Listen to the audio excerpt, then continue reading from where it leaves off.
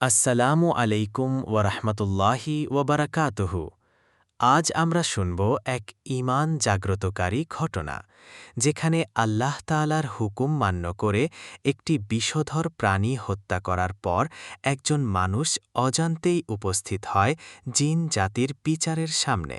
মৃত্যু যখন অবসম্ভাবী হয়ে ওঠে, ঠিক তখনই আল্লাহর এক অলির নাম স্মরণ করা হয়, আর আল্লাহ তাআলার কুদরতে ঘটনার গতিপথ সম্পূর্ণ বদলে যায়। চলুন মনোযোগ ও আদবের সঙ্গে শুনি হজরত গাউসুল আজম বড়পীর আব্দুল কাদের চিলানী এর কাহিনী। হজরত খাজা মঈনুদ্দিন চিশতি তার লাতায়েফে গারায়েব গ্রন্থে এই ঘটনা বর্ণনা করেছেন। একদিন আমরা কয়েকজন বন্ধু একসঙ্গে ভ্রমণে বের হলাম। কিছুদূর যাওয়ার পর রাস্তার পাশে একটি খুবই সুন্দর বাগান দেখতে পেলাম। বাগানটির সৌন্দর্যে আকৃষ্ট হয়ে আমরা ভেতরে প্রবেশ করলাম এবং তার শোভা উপভোগ করতে লাগলাম। এভাবে কিছু সময় কেটে গেল। বাগানটিতে নানা ধরনের ফল ও ফুলে ভরে ছিল। কোথাও দেখা যাচ্ছিল ময়ূর পেখম তুলে নাচছে, আবার কোথাও ভ্রমররা ফুলের মধু সংগ্রহ করছে। উঁচু গাছের ডালে বসে কোকিল তার কুহু কুহু ডাক দিয়ে পুরো বাগানটিকে আরও মোহনীয় করে তুলেছিল। এরপর আমরা সবাই এক জায়গায় বসে পড়লাম। ঠিক সেই সময় হজরত বড়পীর সাহেবের প্রিয় ভৃত্য, যিনি আমার খুব ঘনিষ্ঠ বন্ধু ছিলেন, তিনি হঠাৎ একটি সাপ দেখতে পান। সঙ্গে সঙ্গে তিনি দৌড়ে গিয়ে লাঠির আঘাতে সাপটিকে মেরে ফেলেন। সাপটিকে হত্যা করে আমার বন্ধু আমাদের দিকে ফিরে আসছিল। ঠিক তখনই হঠাৎ করে পুরো বাগান অন্ধকারে ঢেকে গেল। চারপাশে এমন ঘন অন্ধকার নেমে এলো যে কিছুই দেখা যাচ্ছিল না। আমরা সবাই ভয়ে কাঁপতে লাগলাম। এতেই শেষ নয়, অল্প সময়ের মধ্যেই প্রবল ঝড় শুরু হল। ঝড়ের তাণ্ডবে পুরো বাগান এলোমেলো হয়ে গেল। গাছপালা ভেঙে পড়তে লাগল, আর আমরা আরও বেশি আতঙ্কিত হয়ে পড়লাম। কিছুক্ষণ পর ঝড় থেমে গেল এবং অন্ধকারও কেটে গেল। চারপাশ আবার দেখা যেতে লাগল, কিন্তু আমরা লক্ষ্য করলাম আমার সেই বন্ধুকে আর কোথাও দেখা যাচ্ছে না। আমরা চারদিকে তাকে খুঁজতে লাগলাম, কিন্তু কোনো জায়গায় তাকে পেলাম না। এতে আমরা খুবই চিন্তিত হয়ে পড়লাম। হঠাৎ আমরা দেখলাম দূর থেকে আমার বন্ধু আমাদের দিকে এগিয়ে আসছে, কিন্তু তার পরনে ছিল রাজকীয় পোশাক এবং মাথায় ছিল মূল্যবান মুকুট। তাকে এই বেশে দেখে আমরা সবাই বিস্ময়ে হতবাক হয়ে গেলাম। সে আমাদের কাছে এসে আমাকে জড়িয়ে ধরে অঝরে কাঁদতে লাগল। আমরা অত্যন্ত অবাক হয়ে তার এমন অবস্থার কারণ জানতে চাইলাম। তখন সে বলতে শুরু করল, আমি যখন সাপটিকে মেরে তোমাদের কাছে ফিরে আসছিলাম, ঠিক তখনই হঠাৎ সেই জায়গা থেকে ধোঁয়া বের হতে শুরু করল এবং চারদিক অন্ধকার হয়ে গেল। সেই অন্ধকারের মধ্যেই একটি ভয়ঙ্কর দৈত্য এসে আমার হাত পা বেঁধে ফেলল এবং আমাকে জোর করে একটি রাজপ্রাসাদে নিয়ে গেল। সেখানে যা দেখলাম তাতে আমার অন্তর কেঁপে উঠল। আমি দেখলাম প্রাসাদের এক অংশে একটি মৃতদেহ পড়ে আছে। মৃতদেহটির পাশে খোলা তরবারি হাতে এক দৈত্যরাজ ক্রোধে অস্থির হয়ে পায়চারি করছে। তার পুরো শরীর থেকে যেন আগুন ঝরছে। আমাকে দেখে তার রাগ আরও বেড়ে গেল। তখন আমি দেখলাম দৈত্যরাজের চোখ দিয়ে অনবরত অশ্রু ঝরছে।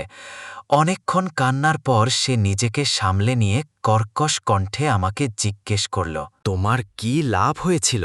অকারণে কেন তুমি তাকে হত্যা করলে? ভয়ে থরথর করে কাঁপতে কাঁপতে আমি বললাম, হে দৈত্যরাজ, আমি কাউকেই হত্যা করিনি। এমন নিষ্ঠুর কাজ আমার দ্বারা কোনো অবস্থাতেই সম্ভব নয়।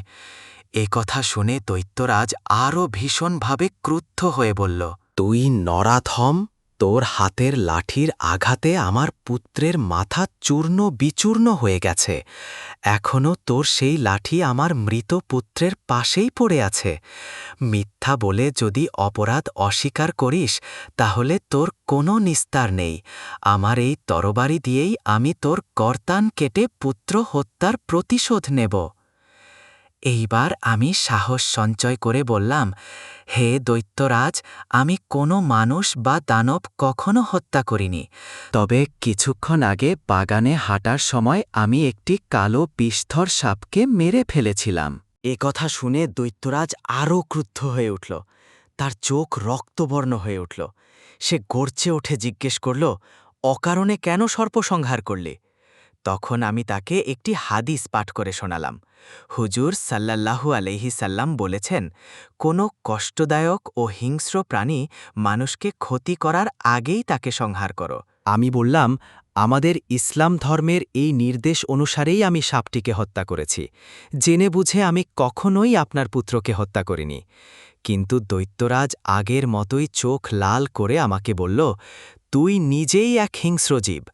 আমার পুত্র কালো সর্পের রূপ ধারণ করে বাগানে আত্মগোপন করেছিল, তখনই তুই তাকে হত্যা করেছিস। এর পরেও তুই নির্দোষ সাজতে চাস। আমি তোকে ফাঁসিতে ঝুলিয়ে হত্যা করব এবং আমার পুত্র হত্যার প্রতিশোধ নেব। এই বলে সে কাজীর দরবারে গিয়ে আমার বিরুদ্ধে অভিযোগ করল। কাজী আমাদের উভয়ের বক্তব্য শুনে আমাকে হত্যাকারী হিসাবে দোষী সাব্যস্ত করলেন এবং আমার জন্য প্রাণদণ্ডের আদেশ দিলেন। এরপর জল্লাদ আমাকে হত্যা করার জন্য বদ্ধভূমির দিকে নিয়ে চলল। তখন জীবন রক্ষার আর কোনো উপায় না দেখে আমি অতি ভক্তি ও আকুলতার সঙ্গে গাউসুল আজম বড় পীর হজরত রহমতুল্লাহকে ডাকতে শুরু করলাম। সে সময় আমার মানসিক অবস্থা কী ছিল তা ভাবলেও আজ আমার শরীর শিহরিত হয়ে ওঠে। একদিকে মৃত্যু ভয়ে আমার সারা শরীর কাঁপছিল, অন্যদিকে পরিবার পরিজন ও বন্ধু বান্ধবদের কথা মনে করে প্রাণটা হাহাকার করে উঠছিল। মৃত্যুও ধীরে ধীরে আমার একেবারে কাছে চলে আসছিল। আমি পরম করুণাময় আল্লাহ তাআলাকে ডাকতে ডাকতে জোরে জোরে গাউসুল আজম হজরত বড় পীর রহমতুল্লাহ সাহেবের নাম উচ্চারণ করে বললাম, হুজুর, আমাকে জন্মের মতো বিদায় দিন। আমি আর আপনার পাশে থেকে আপনার সেবা করতে পারব না। দৈত্যরাজ ও তার কাজী আমাকে হত্যাকারী সাব্যস্ত করে আমার প্রাণদণ্ডের আদেশ দিয়েছে। শোক আর দুঃখে আমার পুরো শরীর অবশ হয়ে গেল। আমি প্রায় অজ্ঞান হয়ে পড়ছিলাম। ঠিক সেই মুহূর্তে তীরের মতো বেগে এক বীর পুরুষ ঘোড়ায় চড়ে আমাদের দিকে ছুটে আসছিলেন। এর মধ্যেই জল্লাদ আমাকে হত্যা করার প্রস্তুতি নিতে শুরু করল। এমন সময় সেই অশ্বারোহী এসে তীক্ষ্ণ তরবারির এক কোপে জল্লাদকে হত্যা করে ফেললেন। এই ঘটনায় পুরো রাজপুরীতে হইচই পড়ে গেল, যেন গোটা পৃথিবী কেঁপে উঠল। দৈত্যরাজ তার সিংহাসন থেকে পড়ে গেল এবং আমার পায়ের কাছে এসে বলল, আপনি কে, আমাকে বলুন। তার এই অবস্থা দেখে এবং করুণ আবেদন শুনে আমি বললাম, আমি মাহবুবে সুবহানি গাউসুল আজম হজরত বড় পীর এর একজন খাদেম। এ কথা শোনামাত্র দৈত্যরাজ আরও বিচলিত হয়ে বলল, আমাকে ক্ষমা করুন, আমি আপনার সঙ্গে বেয়াদবি করেছি। আপনি যে বড় পীরের খাদেম তা আগে জানলে কখনোই আপনার সঙ্গে এমন আচরণ করতাম না। আমি আমার কৃত অপরাধের জন্য অত্যন্ত লজ্জিত। এই কথা বলে সে তার রাজকীয় পোশাক আমাকে পরিয়ে দিল এবং নিজের মুকুট আমার মাথায় তুলে দিল। তার এই অবস্থা দেখে আমি জিজ্ঞেস করলাম, তুমি তো দৈত্যরাজ, অথচ মানব সন্তান হজরত বড় পীর আব্দুল কাদের জিলানী রহমাতুল্লাহির নাম শুনে এমনভাবে ভেঙে পড়লে কেন? দৈত্যরাজ তখন বলল, যখন পীর সাহেব রহমতুল্লাহি আল্লাহর ইবাদতে বসেন তখন সারা দুনিয়ার দেও দানব পশু পাখি পর্যন্ত তার নূরের তাজাল্লিতে আলোকিত হয়ে ওঠে। আর যখন তিনি আল্লাহর আরশের দিকে দৃষ্টি দেন তখন আকাশ ও পাতাল পর্যন্ত কেঁপে ওঠে। হজরত বড় পীর সাহেবের ওসিলায় যদি আমি আপনাকে ক্ষমা না করতাম তাহলে আজ আপনাদের সঙ্গে আমার এই সাক্ষাতের কোনো সম্ভাবনাই থাকত না। এই ঘটনার মাধ্যমে আমরা বুঝতে পারি, ঈমান ও ভক্তি থাকলে আল্লাহ আমাদের প্রতিকূলতা থেকে রক্ষা করেন। চলুন আমরা প্রতিদিন আল্লাহর প্রিয় বান্দাদের স্মরণ করি আর সঠিক পথ অনুসরণ করি। আপনি যদি এই গল্প পছন্দ করেন, লাইক, শেয়ার ও সাবস্ক্রাইব করতে ভুলবেন না।